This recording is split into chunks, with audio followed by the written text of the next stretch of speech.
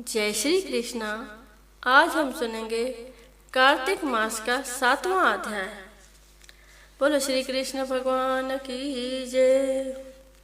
यह कथा सुनकर समस्त ऋषि मुनियों ने कहा, हे सूत जी, आप कृपा करके कार्तिक मास और तुलसी जी के महात्म्य का वर्णन कीजिए।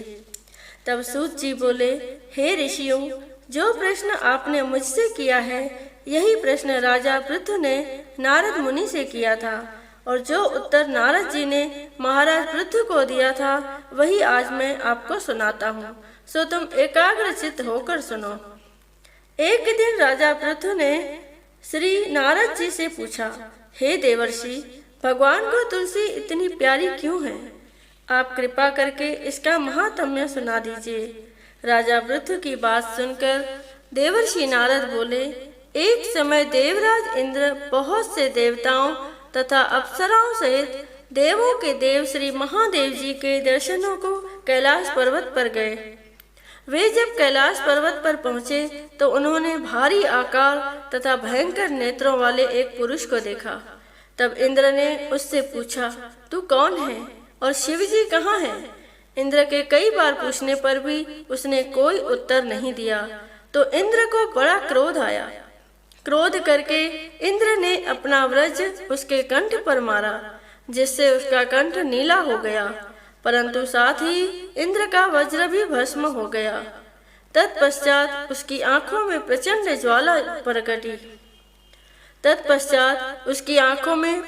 ज्वाला प्रकटी। उस समय ऐसा प्रतीत हो रहा था मानो यह ज्वाला इंद्र सहित सारे संसार को जलाकर भस्मीभूत कर देगी। ऐसी स्थिति देखकर श्री बृहस्पति जी तथा इंद्र आदि सभी देवता नतमस्तक होकर भगवान शिव जी की स्तुति करते हुए कहने लगे, हे देवों के देव श्री महादेव, त्रिपुरासुर और अघासुर का विनाश करने वाले त्रिपुरारी अघहारी, आपको बारंबार नमस्कार है। हे सुर नर मुनियों की रक्षा करने वाले, आपको नतमस्तक प्रणाम है। श्री नारद जी ने कहा, हे राजा पृथु, इस प्रकार देवताओं की स्तुति सुनकर श्री महादेव जी ने समस्त ब्रह्मांड को भस्म कर देने वाली अग्नि को शांत कर दिया और बोले, हे देवताओं, मैं तुम्हारी स्तुति सुनकर अत्यंत प्रसन्न हूँ, सो तुम वर मांगो। तब समस्त देवताओं सहित बृहस्पति जी ने क्षमादान मांगा और कहा कि हे देव, जो सुर राज से अपराध हुआ है उसके लिए क्षमा प्रदान कीजिए। श्री बृहस्पति जी की स्तुति सुनकर पुनः देवादिदेव श्री महादेव जी ने कहा, मैंने इंद्र का अपराध क्षमा किया और जीवन दान दिया। हे बृहस्पति जी, आज से तुम्हारा नाम भी अमर होगा। तब श्री बृहस्पति जी बोले, हे भगवान, यदि आप हम सब पर प्रसन्न हैं तो सुर राज की रक्षा कीजिए और सारे ब्रह्मांड को भस्म करने वाली अग्नि जो आपके तेज से उत्पन्न हुई है को शीघ्र शांत कीजिए। भगवान शंकर ने कहा, मेरे नेत्रों से निकला ज्वाला रूपी तेज अब वापस कैसे हो सकेगा, अतः अब हम इसे कहीं दूर फेंक देते हैं। ऐसा कहकर भगवान भूतेश्वर ने उस अग्नि को समुद्र में फेंक दिया। तब वह अग्नि गंगा के संगम पर गंगा सागर में जा गिरी और बालक का रूप धारण करके रोने लगी। उसके रोने की आवाज से पृथ्वी कंपायमान हो गई तथा सप्तद्वीप बहरे हो गए। ऐसा आश्चर्य देखकर और समुद्र की गोद में बालक को रोते देखकर ब्रह्मा जी आश्चर्य से पूछने लगे कि ये बालक किसका है। समुद्र ने उस बालक को बड़े आदर से उठाकर ब्रह्मा जी की गोद में दे दिया और कहा कि यह मेरा पुत्र है जो गंगा से उत्पन्न हुआ है, अब आप इसका जात कर्म कराइए। उसी समय उस बालक ने ब्रह्मा जी की दाढ़ी पकड़कर बड़े जोर से मरोड़ी, जिसके मरोड़ने से ब्रह्मा जी के नेत्रों में आंसू भर आए। तब किसी प्रकार से ब्रह्मा जी ने अपनी दाढ़ी छुड़ाई और कहा, इसने हमारी आंखों से जल निकाला है, इसलिए इसका नाम जलंधर होगा और यह शिव जी के अतिरिक्त संसार में और किसी के हाथ से नहीं मरेगा। इसका कारण यह है कि यह शिव जी के अंश से उत्पन्न हुआ है। यह सुनते ही वह बालक युवा हो गया। तब ब्रह्मा जी ने शुक्राचार्य को बुलाकर उसका राज्याभिषेक कराया और ब्रह्मा जी अंतर्ध्यान हो गए। सिंधुराज ने कालनेमी की पुत्री वृंदा के साथ जलंधर का विवाह कर दिया। वृंदा अति सुंदर थी और सारे ब्रह्मांड में प्रथम सती और पतिव्रता थी। परम सुंदर पत्नी पाकर जलंधर बहुत प्रसन्न था, अतएव आनंद से दिन व्यतीत करने लगा। जब जलंधर घर में आता तो वृंदा स्वयं अपने हाथों से पंखा झलती, पाद्य अर्घ्य और आचमन अर्पण करती। इस प्रकार वह अपने पति को नारायण समझकर उसकी सेवा किया करती थी। नारद जी बोले, हे राजन, अब मैं पतिव्रता स्त्रियों के कुछ लक्षण सुनाता हूँ। पतिव्रता स्त्री अपने पति के दुख में दुखी और पति के सुख में सुखी रहती है। पति के परदेश जाने पर विरह वेदना का अथाह दुख सहन करती है और पति के मर जाने पर पतिव्रता स्त्री पति के साथ सती हो जाती है। अपने पति के पाप पुण्य में आधे की भागीदार होती है, इसीलिए स्त्री अर्धांगिनी कहलाती है। जो स्त्री अपने पति के साथ सती हो जाती है वह 3.5 करोड़ रोमों के अनुसार 3.5 करोड़ वर्ष तक अपने पति के साथ स्वर्ग में वास करती है। जो स्त्री शमशान भूमि तक जितने कदम उठाकर जाती है उसको एक एक कदम पर एक एक यज्ञ का पुण्य फल प्राप्त होता है। ऐसी स्त्री अपने माता पिता और पति इन तीनों कुलों को पवित्र कर देती है। जिस प्रकार सपेरा सर्प को बिल से बाहर निकाल लेता है, ठीक उसी प्रकार पतिव्रता सती नारी अपने पति को नरक से निकाल लेती है। इसीलिए पतिव्रता स्त्री द्वारा पति के साथ सती हो जाने को परम धर्म माना गया है।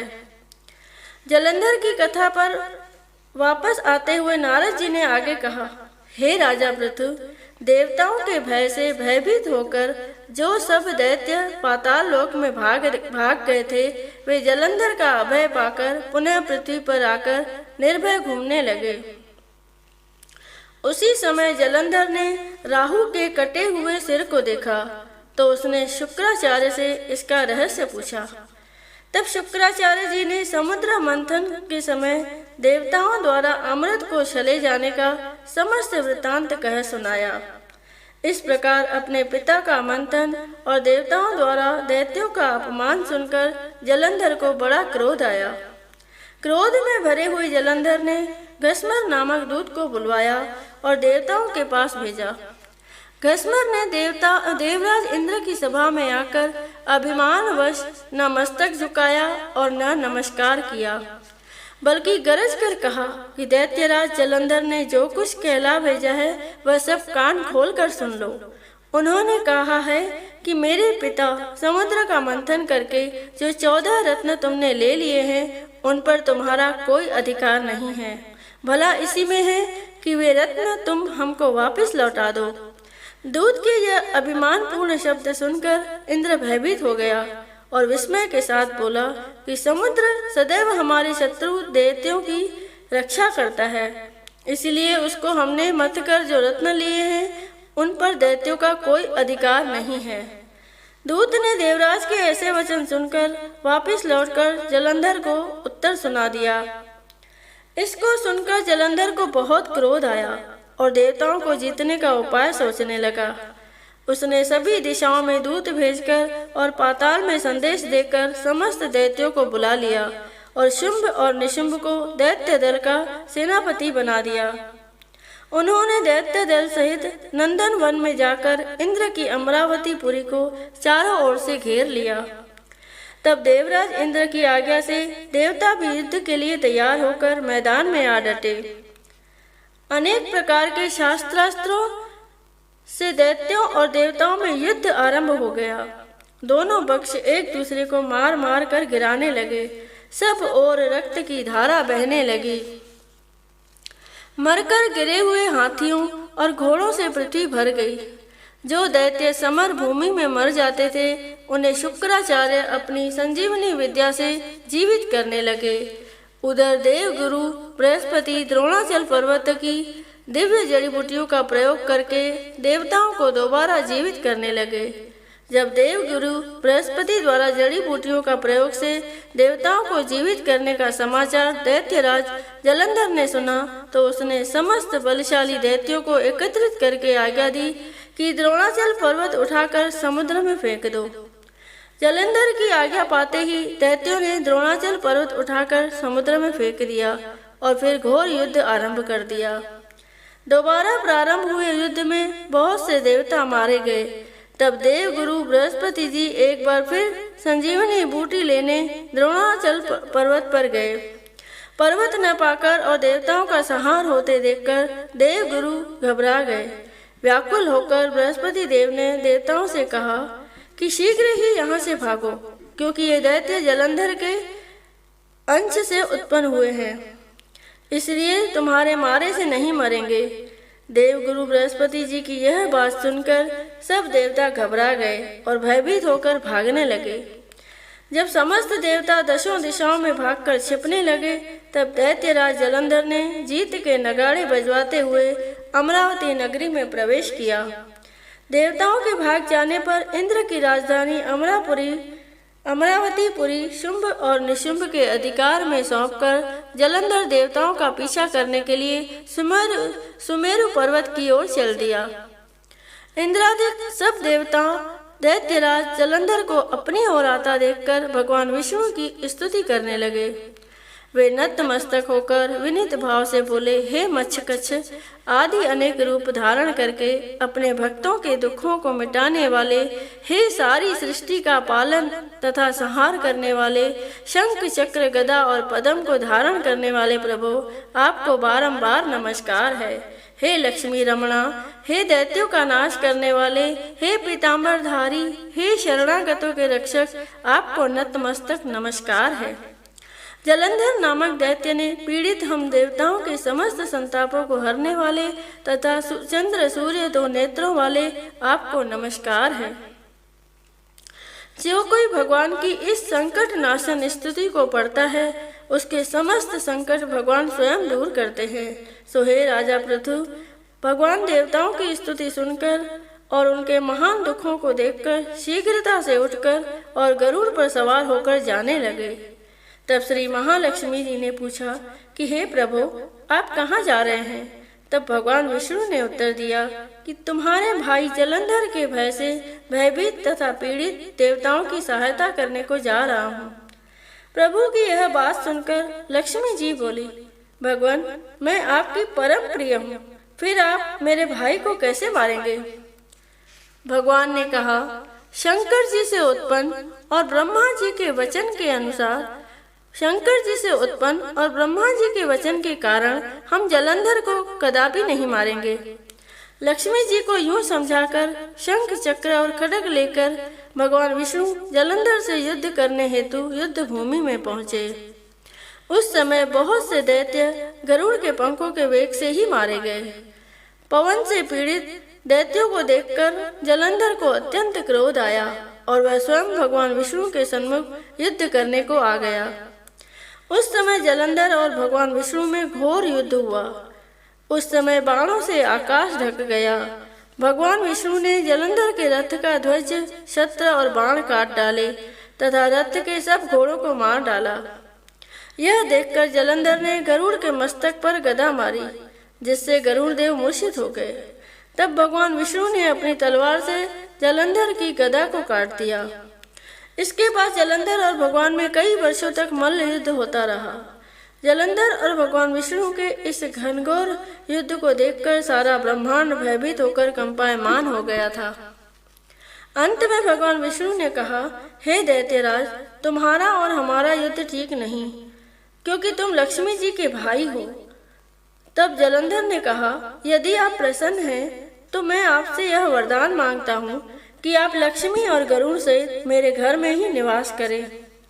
यह सुनकर भगवान विष्णु लक्ष्मी जी और गरुड़ के सहित उसके यहाँ रहने का वचन देकर चले गए। तब समस्त देवी देवताओं के स्थान पर दैत्यों की नियुक्ति करके जलंधर अपनी राजधानी में निवास करने लगा और देवताओं, गंधर्वों व किन्नरों आदि पर जितने भी रत्न थे वे सब छीनकर उसने अपने अधिकार में कर लिए। निशुंभ को शासन करने के लिए पाताल में भेज दिया। वहां पहुंचकर निशुंभ ने शेषादि नागों को वश में कर लिया। इस प्रकार जलंधर देव यक्ष, किन्नर, गंधर्व और मनुष्य सबको अपनी प्रजा बनाकर पुत्र के समान तथा धर्म की नीति से उनका पालन करते हुए त्रिलोकी पर शासन करने लगा। यह कथा सुनाकर नारद जी ने कहा, हे राजा पृथु, एक समय भगवान का दर्शन करने तथा जलंधर का वैभव देखने के लिए हम भी उसकी राजधानी में गए थे। बोलो श्री कृष्ण भगवान की जय। आइए अब सुनते हैं कार्तिक महात्म्य का 8वां अध्याय। जलंधर की राजधानी की यात्रा का वर्णन करते हुए देवर्षि नारद जी ने कहा, हे राजा पृथु, जलंधर ने वहां पहुंचने पर हमारा बहुत आदर सत्कार किया। वहां भक्ति भाव और श्रद्धा से हमारा पूजन करके विनती करने लगा, महाराज कहिए आपका आगमन किस अभिप्राय से हुआ है और मेरे लिए क्या आज्ञा है। हमने कहा, दैत्यराज मैं कैलाश पर्वत पर गया था। वहाँ शिवजी और पार्वती जी का वैभव देखकर मैं चकित रह गया। अब तीनों लोकों का भ्रमण करते हुए मैंने यहाँ आकर आपकी समृद्धि भी देखी है। आपकी और शिवजी की समृद्धि व वैभव में किसी प्रकार का कोई अंतर नजर नहीं आता, परंतु तुम्हारा वैभव स्त्री रहित है। कामदेव के शत्रु और शरीर पर भस्म लेपन करने वाले वीतरागी शिवजी के पास स्त्री रत्न के रूप में पार्वती जी है।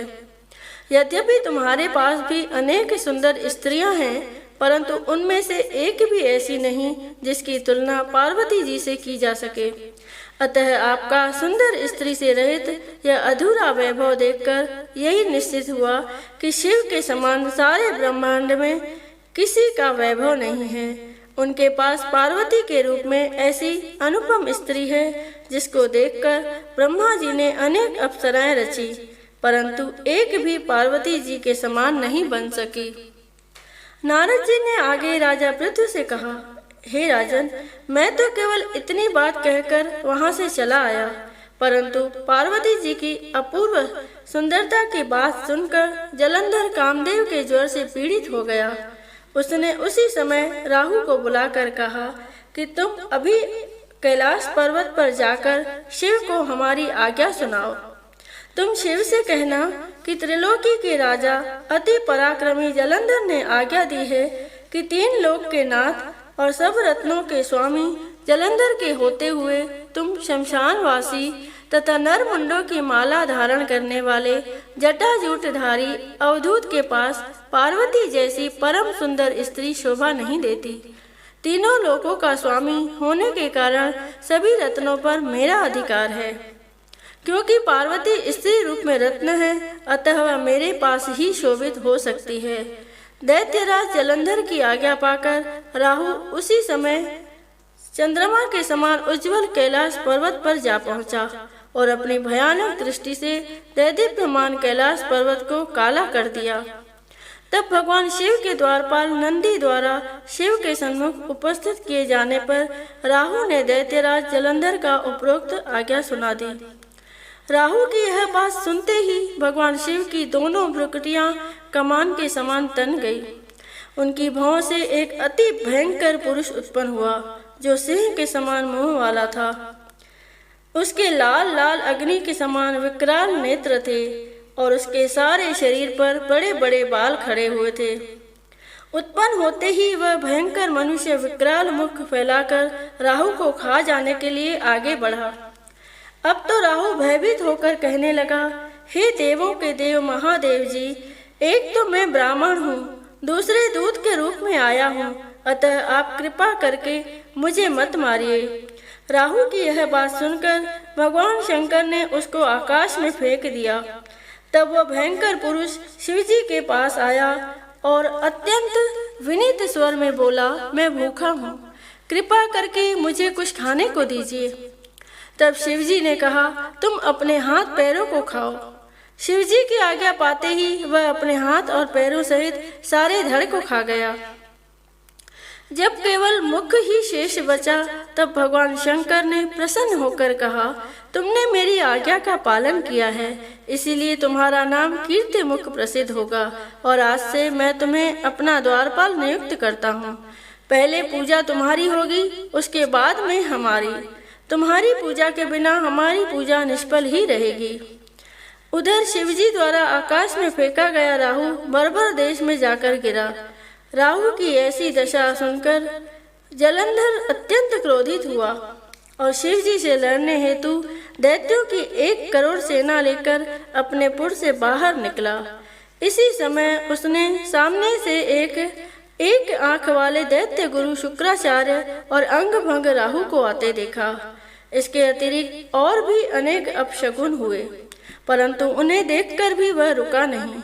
वह अपार दैत्य सेना सारे आकाश में बादलों की भांति छा गई।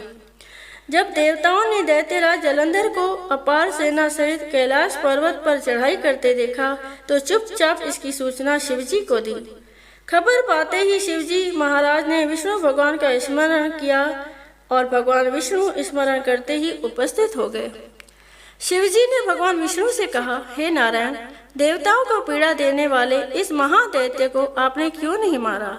इतना ही नहीं, आप स्वयं श्री लक्ष्मी सहित उसके घर में विराजमान हो गए। आखिर इसका क्या कारण है? तब विष्णु भगवान ने उत्तर दिया, हे शिवजी, यह महादैत्य आपके अंश से उत्पन्न हुआ है और लक्ष्मी जी का भाई है, इसी कारण हमने उसको नहीं मारा है। अस्तु यह महादैत्य आपके ही हाथ से मारा जाएगा। भगवान विष्णु की यह बात सुनकर शिवजी ने कहा, यह तेजस्वी दैत्य हमसे भी ऐसे नहीं मारा जाएगा, अतएव इसको मारने के लिए आप अपना तेज देने की कृपा कीजिए। शिवजी के वचन सुनकर श्री विष्णु भगवान सहित समस्त देवताओं ने अपना अपना तेज शिवजी को दिया। तत्पश्चात शिवजी महाराज उस तेज को इकट्ठा करके ज्वालामाली सुदर्शन चक्र और एक वज्र बनाकर जलंधर से युद्ध करने के लिए तैयार हुए। शिवजी के भूत गणों की सेना में समस्त देवता गण भी सम्मिलित हो गए। उधर जलंधर अपनी सेना सहित कैलाश के समीप जा पहुंचा और इधर कीर्ति मुख और नंदी आदि समस्त गण तथा देवताओं की सेना भी युद्ध के मैदान में आ डटी। देवताओं और जलंधर की सेना में ऐसा घोर संग्राम हुआ कि समस्त भूमंडल कंपायमान हो गया। युद्ध के मैदान में जितने दैत्य मरते, दैत्य गुरु शुक्राचार्य उन्हें अपनी संजीवनी विद्या से जीवित कर देते थे। यह दृश्य देख भूतादि गणों ने शिवजी के समीप जाकर उनसे संपूर्ण वृत्तांत कहा। तब शिवजी ने कंदरा के समान मुख वाली महाभयंकर लाल जंघा नामक एक कन्या अपने मुख से उत्पन्न की। वह कन्या हुंकार मारकर दैत्यों को अपने मुख में डालते हुए श्री शुक्राचार्य जी को उठाकर अलोप हो गई। तब शिवगण निर्भय होकर दैत्य सेना को बुरी तरह मारने लगे। गणों की इस मार से व्याकुल होकर दैत्य सेना भाग खड़ी हुई। दैत्य सेना को इस प्रकार भागते देखकर जलंधर के सेनापति शुंभ निशुंभ और कालनेमी ने आगे बढ़कर देव सेना पर प्रत्याक्रमण कर दिया। जब देव सेना दैत्यों की मार से विचलित हो उठी तब गणेश जी और शुंभ का घनघोर संग्राम हुआ। दैत्यों को पराजित होते देख जलंधर स्वयं शुद्ध क्षेत्र में आया। उसे देखकर वीरभद्र ने जलंधर पर अनेक प्रहार किए। तब जलंधर ने क्रोधित होकर अपना परिघ उस पर दे मारा और उसके रथ की ध्वजा काट दी। फिर उसने देव सेना पर भयंकर बाण वर्षा करके उसमें भगदड़ मचा दी। अपनी सेना की यह दशा देखकर स्वयं शिवजी नंदी पर सवार होकर युद्ध क्षेत्र में आए और उन्होंने तीव्र बाणों की वर्षा प्रारंभ कर दी। शिवजी के प्रहारों से दैत्य सेना इस प्रकार भागने लगी जैसे कार्तिक मास के व्रत से पाप समूह भाग जाते हैं। उसी समय शिवजी ने अपने बाणों से खड्ग रोमा का सिर काटकर पृथ्वी पर गिरा दिया। इसके पश्चात ज्यों ही जलंधर आगे बढ़ा, शिवजी ने उसके रथ के घोड़ों तथा सारथी को मार गिराया। तब जलंधर खड्ग हाथ में लेकर पैदल ही शिवजी की ओर दौड़ा। शिवजी ने तत्क्षण आगे बढ़कर एक मुक्का उसकी छाती में मारा, जिससे जलंधर अचेत हो गया।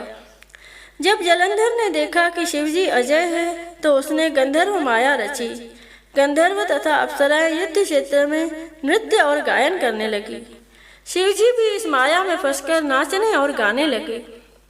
शिवजी को इस माया में फंसा हुआ देखकर जलंधर महादेव जी का रूप धारण करके पार्वती जी के पास गया और उनका सुंदर रूप देखकर कामांध हो उठा। पार्वती जी शिवजी को आया देखकर खड़ी हो गई, परंतु तुरंत ही इस राक्षसी माया को पहचानकर वहां से अंतर्ध्यान हो गई। तब निराश जलंधर पुनः युद्ध क्षेत्र में आ गया। उधर जलंधर के चले जाने पर पार्वती जी ने ज्यों ही भगवान विष्णु का स्मरण किया, वे तत्काल उपस्थित हो गए और उन्होंने जलंधर के शीघ्र मारे जाने का आश्वासन दिया। भगवान विष्णु विचारने लगे कि जलंधर ने स्वयं ही अपनी मृत्यु का रास्ता बता दिया है। यह दुष्ट वृंदा के पतिव्रत धर्म के कारण ही नहीं मर रहा है, अतएव देवताओं तथा अपने भक्तों की रक्षा करने के लिए हमको ही वृंदा को धर्म से जगाने का घोर पाप कर्म करना पड़ेगा, क्योंकि ऐसा किए बिना यह दुष्ट नहीं मरेगा। इतनी ही देर में शिवजी भी राक्षसी माया से मुक्त हो गए और जलंधर को आया देखकर उस पर बाण वर्षा करने लगे। बोलो श्री कृष्ण भगवान की जय, बोलो विष्णु भगवान की जय। आइए अब सुनते हैं कार्तिक महात्म्य का 8वां अध्याय। जलंधर की राजधानी की यात्रा का वर्णन करते हुए देवर्षि नारद जी ने कहा, हे राजा पृथु, जलंधर ने वहां पहुंचने पर हमारा बहुत आदर सत्कार किया। वहां भक्ति भाव और श्रद्धा से हमारा पूजन करके विनती करने लगा, महाराज कहिए आपका आगमन किस अभिप्राय से हुआ है और मेरे लिए क्या आज्ञा है। हमने कहा, दैत्यराज मैं कैलाश पर्वत पर गया था, वहाँ शिवजी और पार्वती जी का वैभव देखकर मैं चकित रह गया। अब तीनों लोकों का भ्रमण करते हुए मैंने यहाँ आकर आपकी समृद्धि भी देखी है। आपकी और शिवजी की समृद्धि व वैभव में किसी प्रकार का कोई अंतर नजर नहीं आता, परंतु तुम्हारा वैभव स्त्री रहित है। कामदेव के शत्रु और शरीर पर भस्म लेपन करने वाले वीतरागी शिवजी के पास स्त्री रत्न के रूप में पार्वती जी है। यद्यपि तुम्हारे पास भी अनेक सुंदर स्त्रियां हैं, परंतु उनमें से एक भी ऐसी नहीं जिसकी तुलना पार्वती जी से की जा सके।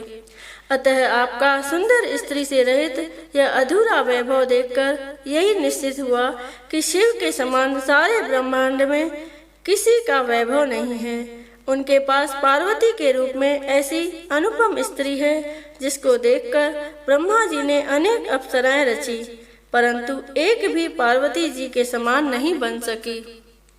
नारद जी ने आगे राजा पृथु से कहा, हे राजन, मैं तो केवल इतनी बात कहकर वहां से चला आया, परंतु पार्वती जी की अपूर्व सुंदरता की बात सुनकर जलंधर कामदेव के ज्वर से पीड़ित हो गया। उसने उसी समय राहु को बुलाकर कहा कि तुम अभी कैलाश पर्वत पर जाकर शिव को हमारी आज्ञा सुनाओ। तुम शिव से कहना कि त्रिलोकी के राजा अति पराक्रमी जलंधर ने आज्ञा दी है कि 3 लोक के नाथ और सब रत्नों के स्वामी जलंधर के होते हुए तुम शमशानवासी तथा नरमुंडों की माला धारण करने वाले जटाजूटधारी अवधूत के पास पार्वती जैसी परम सुंदर स्त्री शोभा नहीं देती। तीनों लोकों का स्वामी होने के कारण सभी रत्नों पर मेरा अधिकार है। क्योंकि पार्वती स्त्री रूप में रत्न है, अतः वह मेरे पास ही शोभित हो सकती है। दैत्यराज जलंधर की आज्ञा पाकर राहु उसी समय चंद्रमा के समान उज्जवल कैलाश पर्वत पर जा पहुंचा और अपनी भयानक दृष्टि से दैदीप्यमान कैलाश पर्वत को काला कर दिया। तब भगवान शिव के द्वारपाल नंदी द्वारा शिव के सम्मुख उपस्थित किए जाने पर राहु ने दैत्यराज जलंधर का उपरोक्त आज्ञा सुना दी। राहु की यह बात सुनते ही भगवान शिव की दोनों भ्रुकुटियां कमान के समान तन गई। उनकी भौं से एक अति भयंकर पुरुष उत्पन्न हुआ जो सिंह के समान मुंह वाला था।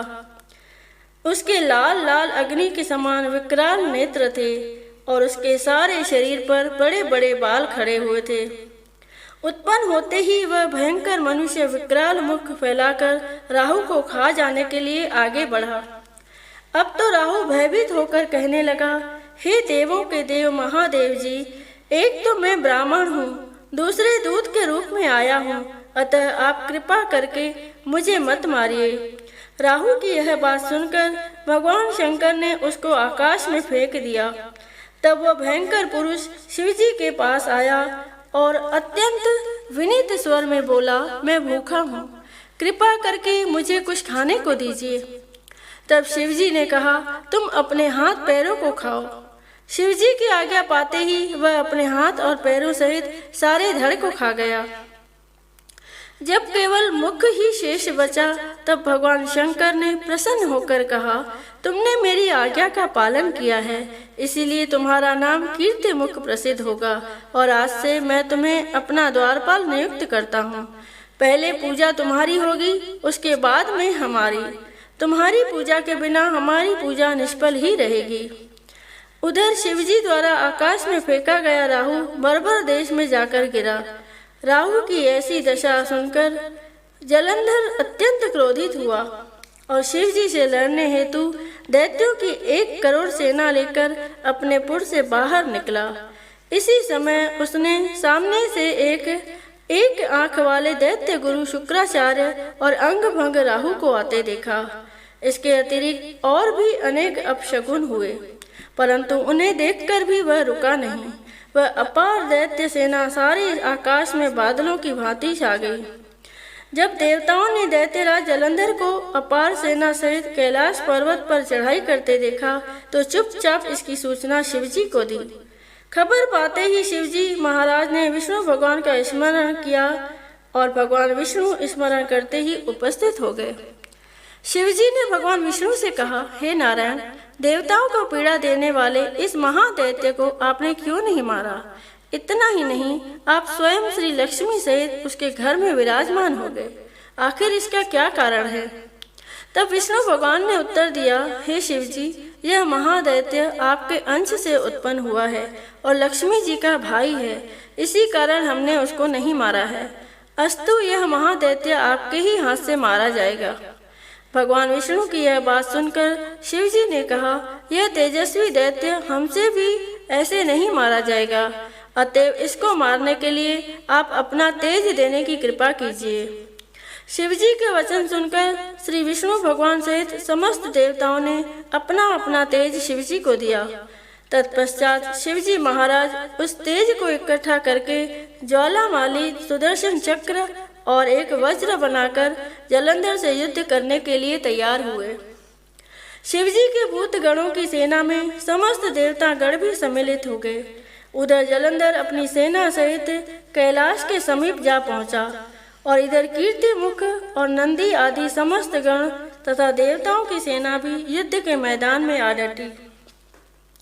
देवताओं और जलंधर की सेना में ऐसा घोर संग्राम हुआ कि समस्त भूमंडल कंपायमान हो गया। युद्ध के मैदान में जितने दैत्य मरते, दैत्य गुरु शुक्राचार्य उन्हें अपनी संजीवनी विद्या से जीवित कर देते थे। यह दृश्य देख भूतादि गणों ने शिवजी के समीप जाकर उनसे संपूर्ण वृत्तांत कहा।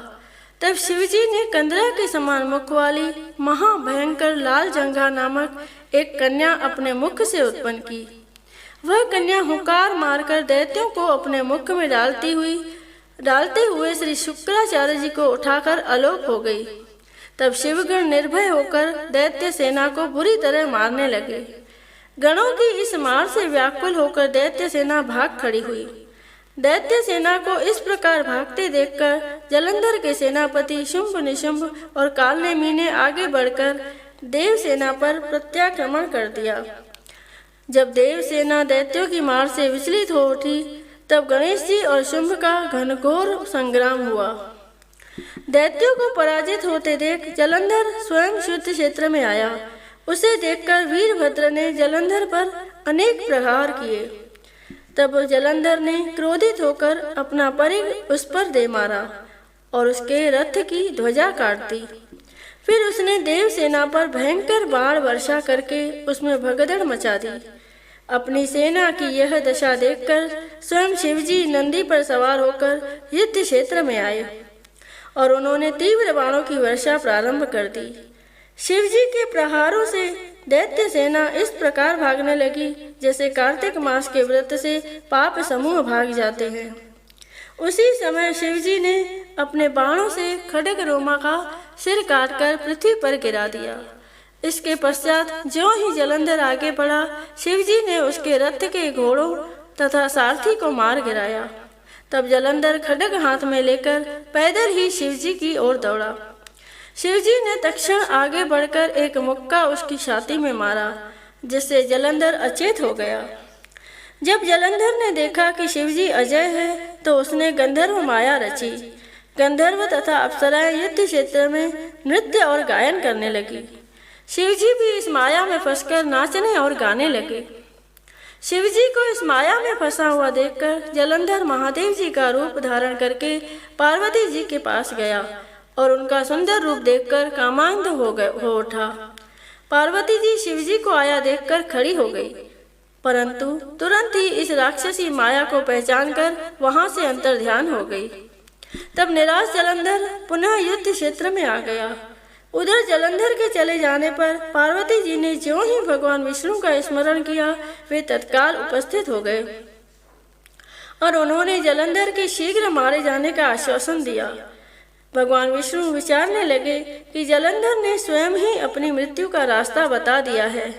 यह दुष्ट वृंदा के पतिव्रत धर्म के कारण ही नहीं मर रहा है।